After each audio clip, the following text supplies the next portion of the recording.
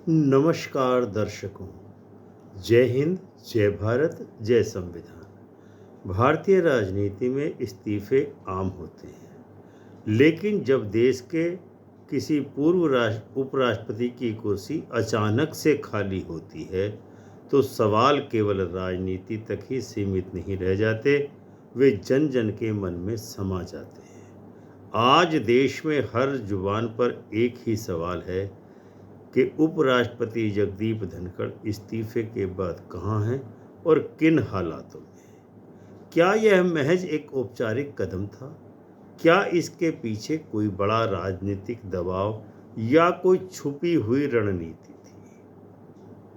या फिर राजनीति के नेपथ्य के में कुछ ऐसा खेल चल रहा है जिसके बारे में आम जनता को अब तक मीडिया के द्वारा कुछ भी सच नहीं बताया गया है। सोचिए, जिस व्यक्ति ने देश के सर्वोच्च संवैधानिक पदों में से एक पर बैठकर भारतीय लोकतंत्र की दशा और दिशा तय की हो, उसके द्वारा अचानक लिए गए इस फैसले के मायने क्या निकल सकते हैं? क्या यह आने वाले चुनावों का इशारा है या फिर सत्ता के गलियारों में कुछ और ही खिचड़ी पक रही है? आज हम इस वीडियो में न केवल उपराष्ट्रपति धनखड़ के इस्तीफे के कारणों को समझेंगे, बल्कि आपको बताएंगे कि इस्तीफे के बाद जगदीप धनखड़ वास्तव में कहाँ हैं और आगे उनका क्या प्लान हो सकता है। तो बने रहिए हमारे साथ, क्योंकि इस पूरे वीडियो में आपके सामने हम ऐसे तथ्य और सवाल उठाएंगे जिन्हें सुनकर आप सोचने पर मजबूर हो जाएंगे कि राजनीति की असली तस्वीर क्या है। भारत की राजनीति में जगदीप धनखड़ एक ऐसा नाम है जिसने हमेशा विवादों और चर्चाओं को जन्म दिया है। एक किसान परिवार से ताल्लुक़ रखने वाले जगदीप धनखड़ ने अपनी कानूनी पृष्ठभूमि और राजनीतिक सफ़र के माध्यम से ऊंचे पदों को हासिल किया। वे राजस्थान के झुंझुनू जिले के एक छोटे से किथाना गांव में 18 मई 1951 को जन्मे थे। उनकी शिक्षा स्थानीय स्कूलों से शुरू हुई और उन्होंने राजस्थान विश्वविद्यालय से भौतिकी में स्नातक तथा कानून की पढ़ाई की। कानूनी क्षेत्र में उन्होंने राजस्थान हाई कोर्ट और सुप्रीम कोर्ट में भी वकालत की, जहां वे वरिष्ठ अधिवक्ता के रूप में प्रसिद्ध हुए। राजनीति में उनका प्रवेश 1980 के दशक के आखिर में हुआ, जब वे जनता दल से लोकसभा के सदस्य चुने गए। चंद्रशेखर सरकार में संसदीय मामलों के राज्य मंत्री बने। बाद में वे कांग्रेस में शामिल हुए और 2003 में भारतीय जनता पार्टी यानी बीजेपी में आ गए। धनखड़ का राजनीतिक करियर हमेशा से ही विवादास्पद रहा है। 2019 में पश्चिम बंगाल के राज्यपाल बनने के बाद उन्होंने मुख्यमंत्री ममता बनर्जी की सरकार से कई टकराव उत्पन्न किए।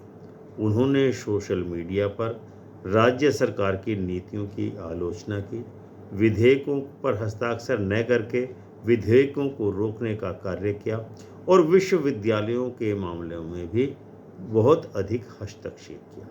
यह सब सामान्य राज्यपाल की औपचारिक भूमिका से अलग था, जिसकी वजह से उन पर पक्षपातपूर्ण होने के आरोप लगे। 2022 में वे उपराष्ट्रपति चुने गए, जहां उन्होंने राज्यसभा के सभापति के रूप में विपक्षी सदस्यों को कई बार कड़ी फटकार लगाई। सरकार समर्थक रुख अपनाया उन्होंने हमेशा ही।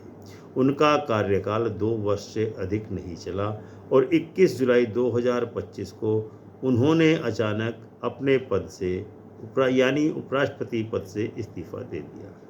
कारण बताया गया कि उनको स्वास्थ्य संबंधी कुछ परेशानियां हैं। इस इस्तीफे ने पूरे राजनीतिक गलियारे में इस समय हलचल मचा रखी है, क्योंकि यह संसद के मानसून सत्र के पहले दिन हुआ था। इस्तीफे के बाद धनखड़ की स्थिति और उनके ठिकाने को लेकर के अटकलों का बाजार एकदम से गर्म हो गया। विपक्षी नेता जैसे राहुल गांधी, सुप्रिया सुले, संजय राउत और कपिल सिब्बल ने उनके बारे में सरकार से जानकारी मांगी। राहुल गांधी ने पूछा कि पूर्व उपराष्ट्रपति कहाँ छिपे हैं और वे चुप क्यों हैं। सुप्रिया सुले ने कहा कि इस्तीफे के बाद किसी को उनके बारे में पता नहीं है, जो चिंताजनक है। संजय राउत ने गृह मंत्री अमित शाह को पत्र लिख करके उनके स्वास्थ्य और सुरक्षा की जानकारी मांगी। कपिल सिब्बल ने भी राज्यसभा में सवाल पूछा कि क्या वे अस्पताल में हैं या योगा कर रहे हैं। इन सवालों ने राजनीतिक माहौल को और अधिक गर्मा दिया, क्योंकि धनखड़ हमेशा से मुखर रहे थे, लेकिन इस्तीफे के बाद से वे पूरी तरह से सार्वजनिक जीवन से अचानक गायब हो गए हैं। आरटीआई से मिली जानकारी ने रहस्य को और भी अधिक गहरा दिया है। राष्ट्रपति भवन से मिले जवाब में कहा गया कि 21 जुलाई 2025 को धनखड़ और राष्ट्रपति द्रौपदी मुर्मू की कोई बैठक दर्ज नहीं है, जबकि इस्तीफा उसी दिन हो गया था। गृह मंत्री अमित शाह ने इन अटकलों को खारिज करते हुए कहा कि इस्तीफा स्वास्थ्य कारणों से है और इसे ज़्यादा तूल नहीं देना चाहिए। उन्होंने अफवाहों जैसे घर में नज़रबंद होने का जो कारण लोग बता रहे थे उसको बकवास बताया, लेकिन विपक्ष इसे राजनीतिक साजिश के रूप में देख रहा है, खासकर क्योंकि इस्तीफे के से ठीक पहले धनखड़ ने न्यायमूर्ति यशवंत वर्मा, जो दिल्ली हाई कोर्ट के जज थे, जिनके यहाँ से बहुत बड़ा केस बरामद हुआ था जलने के बाद, उनके खिलाफ महाभियोग की प्रक्रिया शुरू करने की कोशिश की थी, जो कि सरकार के लिए एक असुविधाजनक स्थिति होती जा रही थी। अब सवाल यह है कि इस्तीफे के बाद जगदीप धनखड़ कहाँ हैं। हालिया रिपोर्ट से पता चलता है कि वे दिल्ली में ही हैं। वे एक 15 एकड़ के परिसर में रह रहे हैं, जो उपराष्ट्रपति आवास का हिस्सा है। वे अप्रैल 2024 से यहाँ रह रहे हैं और पूर्व उपराष्ट्रपति के रूप में नया सरकारी बंगला आवंटित होने का इंतजार कर रहे हैं। उनकी दैनिक दिनचर्या अब राजनीति से दूर स्वास्थ्य और आराम पर केंद्रित है। सुबह वे योगा करते हैं, एक निजी योगा प्रशिक्षक उन्होंने हायर कर रखा है। शाम को वे टेबल टेनिस खेलते हैं, जो उनके मिनी स्पोर्ट्स कॉम्प्लेक्स में उपलब्ध है।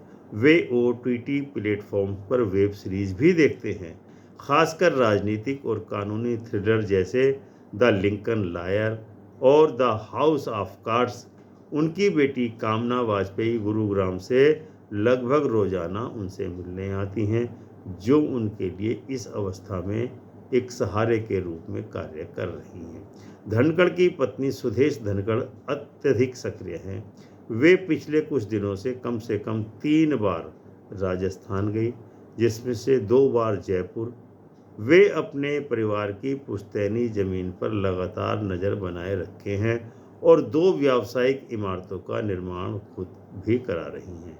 एक 8 मंजिला भवन 2023 में स्वीकृत और दूसरा 2024 में स्वीकृत, दोनों उनके और उनकी बेटी के नाम पर निर्मित हो रहे हैं। हाल ही में उन्होंने एक स्थान पर हवन भी कराया था।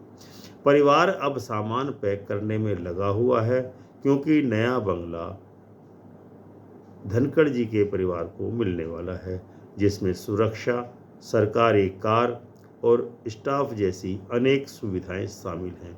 इस्तीफे के बाद धनखड़ ने एक यात्रा भी की है। इस दौरान वे नीम करोली बाबा के कैची धाम नैनीताल आश्रम में अपनी पत्नी के साथ गए थे।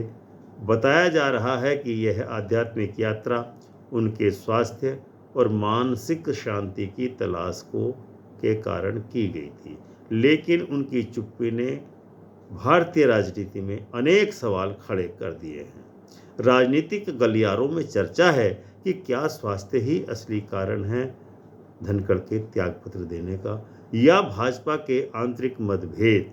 कुछ का मानना है कि उनका मुखर स्वभाव सरकार के लिए समस्या बनता जा रहा था, खास करके राज्यसभा में विपक्ष को दबाने के तरीके से।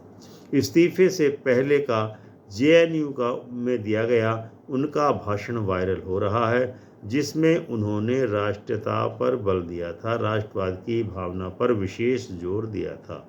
धनखड़ का जीवन अब राजनीति से दूर लगता है, लेकिन पूर्व उपराष्ट्रपति के रूप में वे अभी भी विशेषाधिकार प्राप्त करते हैं। लुटियन जोन्स में टाइप 7 बंगला, स्टाफ और सुरक्षा, ये सब जनता के कर के पैसे से उन्हें मुहैया कराया जा रहा है। सवाल उठता है कि जब वे व्यावसायिक निर्माण में लगे हुए हैं तो इन सुविधाओं की उनको ज़रूरत क्यों है? क्या वे कानूनी या सलाहकारी भूमिका में सरकार के लिए वापस आएंगे? फिलहाल कोई इस बारे में संकेत किसी प्रकार का भी दिखाई नहीं देता है। उनका जीवन अब शांतिपूर्ण है, परिवार और स्वास्थ्य पर पूरी तरह केंद्रित है।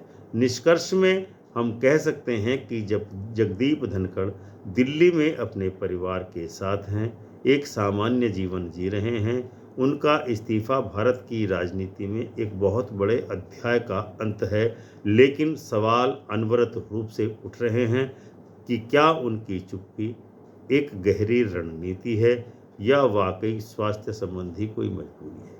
अब ये तो समय ही बताएगा कि क्या स्थिति है, लेकिन इतना तय है कि धनखड़ जैसे व्यक्तित्व की अनुपस्थिति राजनीति को भी प्रभावित कर रही है और विपक्ष इसको भुनाने की भरपूर कोशिश में लग रहा है। उनकी कहानी हमें याद दिलाती है कि या राजनीति में ऊंचाई से गिरावट कितनी तेज गति से हो सकती है, इसकी कल्पना भी कोई नहीं कर सकता। और जीवन की सच्ची खुशी स्वास्थ्य और परिवार में ही छुपी रहती है। आपको आज का हमारा ये वीडियो कैसा लगा, कमेंट करके अवश्य बताएं। यदि आपको धनखड़ जी के बारे में कोई नवीनतम सूचना उपलब्ध होती है या कोई जानकारी है तो कमेंट करके हमको अवश्य ही बताएं कि आपको धनखड़ जी के विषय में क्या जानकारी है या धनखड़ जी के विषय में आप और क्या जानना चाहते हैं। वीडियो को लाइक कीजिए और शेयर कीजिए अपने मित्रों के साथ। चैनल को सब्सक्राइब करके बेल आइकन का बटन दबाकर ऑल का ऑप्शन अवश्य ही चुनें। हम आपके हृदय से आभारी रहेंगे। पूरी जय हिंद, जय भारत, जय संविधान।